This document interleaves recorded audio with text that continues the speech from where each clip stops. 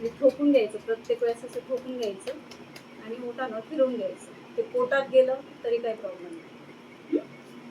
2-3 मिनटं ओठानं राहील या पद्धतीने लावायचं. परत परत फिरवून घ्यायचं. बघायचं पोटात गेलं अजून लावून घ्यायचं.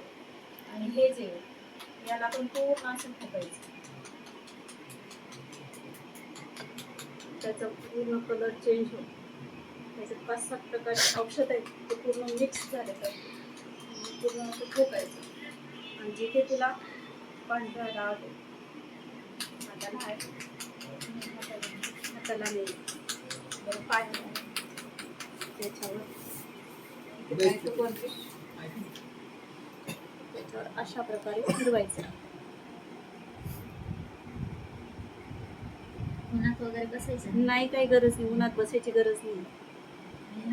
पूर्ण असं फिरवायचं 20-25 वेळा असं.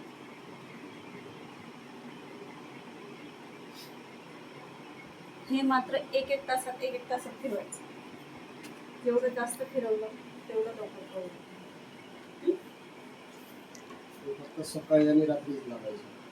सकाळी लावून द्यायचं, थोडंसं वाळू द्यायचं, अर्धा तासानंतर मग हे फिरवायला सुरुवात करायची. इथून पांढऱ्या डागांवरच आहे. हा, बोटाने लावायचं. आणि रात्री झोपताना हे सगळं फिरवून वगैरे झालं की रात्री झोपताना हे लावून द्यायचं.